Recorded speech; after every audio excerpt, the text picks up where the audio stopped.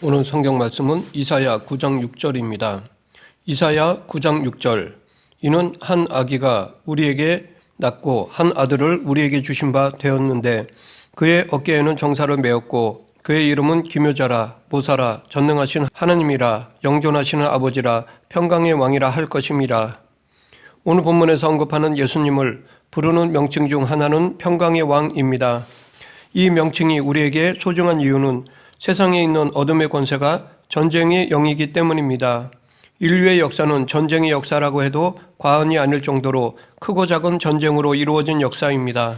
부족과 부족이 싸우고 민족과 민족이 싸우고 종교와 종교가 싸우며 한 이익 집단이 다른 이익 집단과 싸워왔습니다. 그런데 10중 8구 전쟁이 일어나면 그 전쟁의 무서운 폐해는 정작 전쟁을 일으킨 사람들보다는 힘없는 자들이 짊어지었습니다. 서로 잿더미로 변하는 끔찍한 일들이 벌어지는데 모두 상대편에게 책임을 전가하는 것이 역사 이래로 계속되고 있는 이 세상의 전쟁입니다.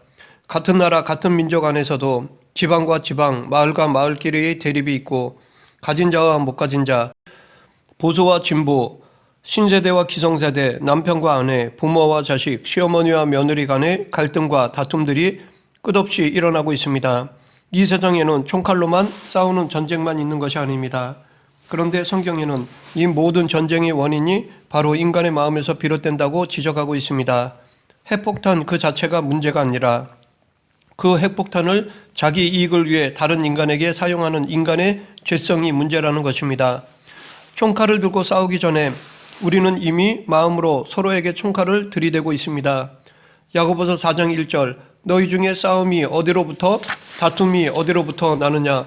너희 지체 중에서 싸우는 정욕으로부터 나는 것이 아니냐? 여기서 정욕이라고 번역된 헬라어 원어는 인간의 이기적인 욕망을 말합니다. 아담과 하와가 선악과를 따먹는 죄를 범한 이유는 그것을 먹고 하나님과 같이 되려는 욕망 때문이었습니다. 죄는 이렇게 이기적인 자기중심적입니다. 그래서 실제로 살아가면서 무엇이 옳고 그름보다는 자기에게 유익이 되느냐 안 되느냐가 결정의 기준이 됩니다. 요한복음 14장 27절에서 예수님은 나의 평안을 너에게 주노라 내가 너에게 주는 것은 세상이 주는 것과 같지 아니하니라 라고 말씀하셨습니다. 이 말씀에 따르면 세상도 우리에게 평안을 준다는 것을 알 수 있습니다. 그런데 세상이 주는 평안은 완전하지 못한 평안입니다. 그래서 세상이 주는 평안은 금방 바닥을 드러냅니다. 세상 사람들은 조금만 화가 나거나 상처를 입으면 금방 마음의 평안을 잃어버립니다. 예수님이 약속하신 평안은 세상이 주는 이런 가식적인 것이 아니라 어떤 폭풍 같은 상황에서도 흔들리지 않는 평안입니다. 히브리어로 평안을 샬롬이라고 하는데 이것은 단순히 서로 싸우지 않는 상태를 말하는 것이 아닙니다. 샬롬은 하나님의 백성들만이 누릴 수 있는 영적 충만함과 만족과 회복을 말하는 것입니다. 샬롬은 하나님의 동행하심으로 모든 삶의 부분에 임하는 하나님의 임재를 의미합니다. 태초의 에덴 동산에서 인간은 완전한 샬롬을 누렸습니다. 그런데 그 평화를 깨뜨린 것은 바로 죄였습니다. 죄는 하나님과 사람 사이를 갈라놓았습니다. 하나님과의 사이가 갈라지면서 사람과 사람 사이에 전쟁이 시작되었습니다. 한 몸처럼 사랑했던 아담과 하와는 죄를 지은 책임을 서로에게 떠넘기며 원망했습니다. 더욱이 그들이 낳은 자식 가인은 형제 아벨을 쳐 죽였습니다. 이렇게 하나님과의 관계가 끊어지니까 부부간에 싸우고 형제간에도 싸우게 된 것입니다. 즉 전쟁이 발생하게 된 것입니다.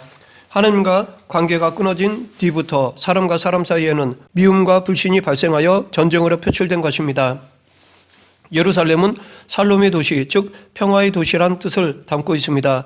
그런데 그 이름과는 달리 예루살렘은 역사 속에서 끊임없는 전쟁과 약탈에 시달렸습니다. 예루살렘 사람들이 번영에 취해서 하나님을 버리고 우상숭배를 일삼으며 죄에 물든 생활을 했기 때문입니다. 이렇게 하나님과의 관계가 무너지니까 예루살렘의 평화가 붕괴되었습니다. 그러하기에 하나님과 화목하는 것이 중요합니다. 하나님과 화목하지 못하면 인간은 끊임없이 전쟁 같은 인생을 살 수밖에 없습니다. 그러면 어떻게 하나님과 화목할 수 있을까요? 구약 시대에는 하나님께 제사를 드릴 때 화목제물이 반드시 필요했습니다. 하나님과 우리 사이의 평화를 회복하려면 죗값을 치를 제물이 필요했던 것입니다. 신약 시대에는 예수 그리스도께서 우리 모두의 죄값을 치를 화목제물이 되셔서 십자가에서 돌아가셨습니다. 그리고 하나님과 우리 사이에 막혀있던 담을 무너뜨리셨습니다. 에베소서 2장 13, 14절 이제는 전에 멀리 있던 너희가 그리스도 예수 안에서 그리스도의 피로 가까워졌느니라. 그는 우리의 화평이신지라. 둘로 하나를 만드사 원수된 것 곧 중간에 막힌 담을 자기 육체로 하시고 십자가는 먼저 하나님과 우리 사이를 화평케 했고 그 결과로 사람과 사람 사이에도 화평케 했습니다. 죄인이란 하나님의 자리를 차지하려는 자이기 때문에 하나님과 전쟁 상태에 있는 사람이라 할 수 있습니다. 이렇게 하나님과 전쟁을 하는 자는 다른 사람들과도 다툴 수밖에 없습니다. 우리도 예수님을 영접하기 전에는 이랬습니다. 그러나 예수 그리스도로 말미암아 하나님과 화목하게 되었고 다른 사람들과도 근본적으로 화목할 수 있는 길이 열린 것입니다. 그러므로 우리는 우선순위로 하나님과 먼저 화목해야 합니다. 그러면 하나님께서 이웃과의 관계도 화목하게 해주십니다. 바울은 모든 목회 서신에서 은혜와 평강이 있기를 원하노라 라는 말로 인사를 하고 있습니다. 은혜와 평강, 바울은 이 순서를 한 번도 바꾸지 않았습니다.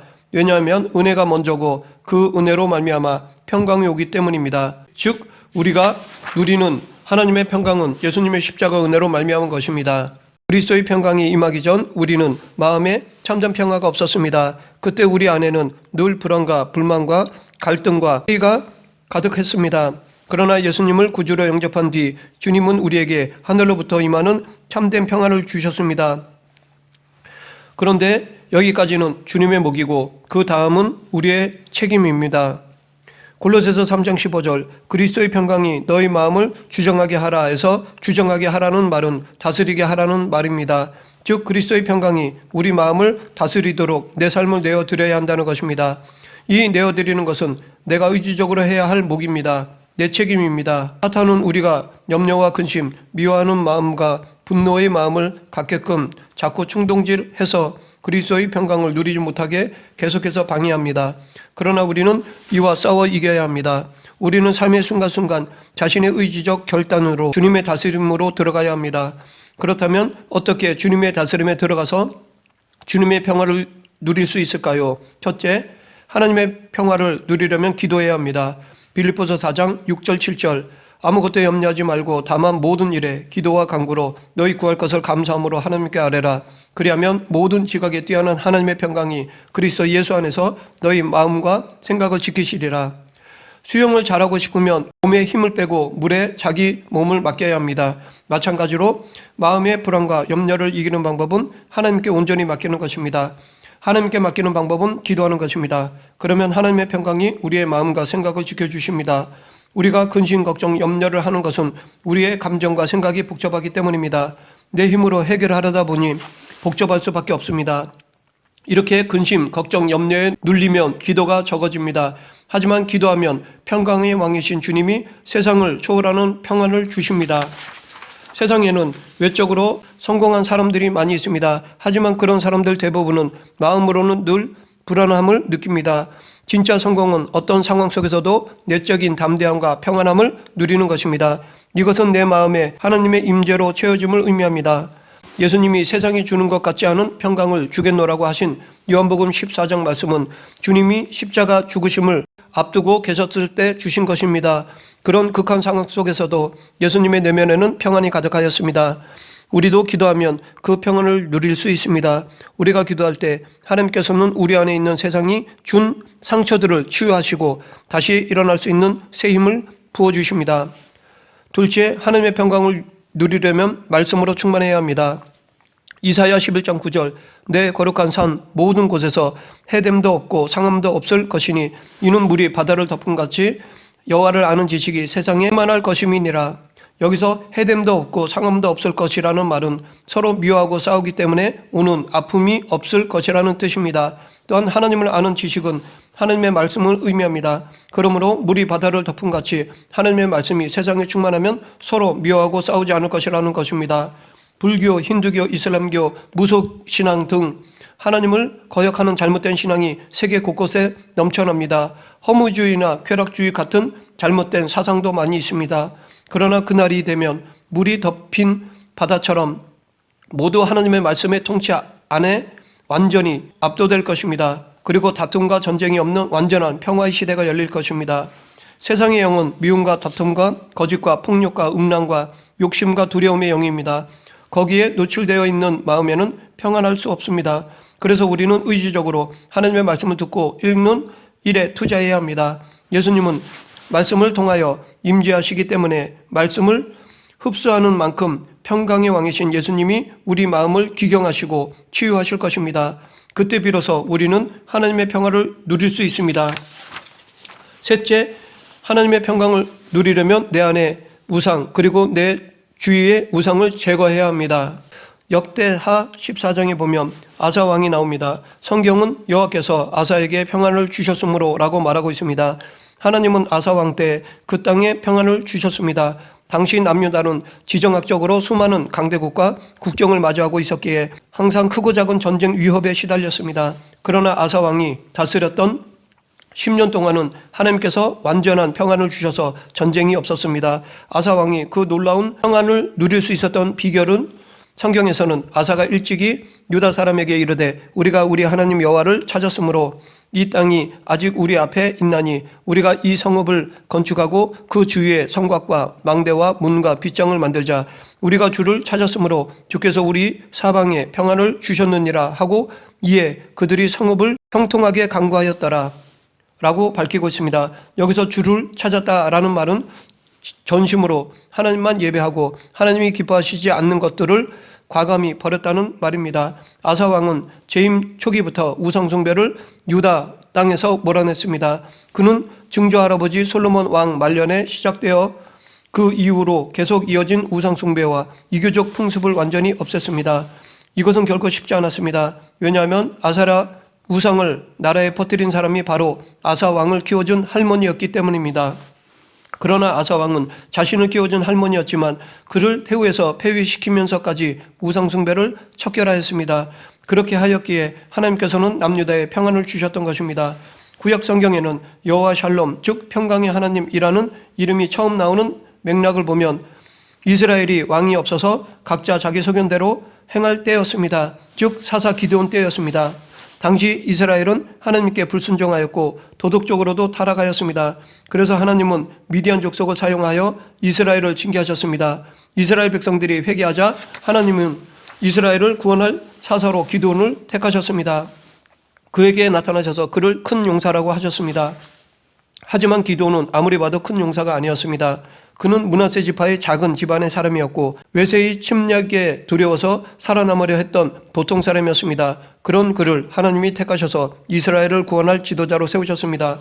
부름을 받은 기드온은 하나님께 제단을 쌓고 제사를 드렸습니다. 이 제사가 바로 샬롬의 제사였습니다. 사사기 6장 24절 기드온이 여호와를 위하여 거기서 제단을 쌓고 그것을 여호와 샬롬이라 하였더라.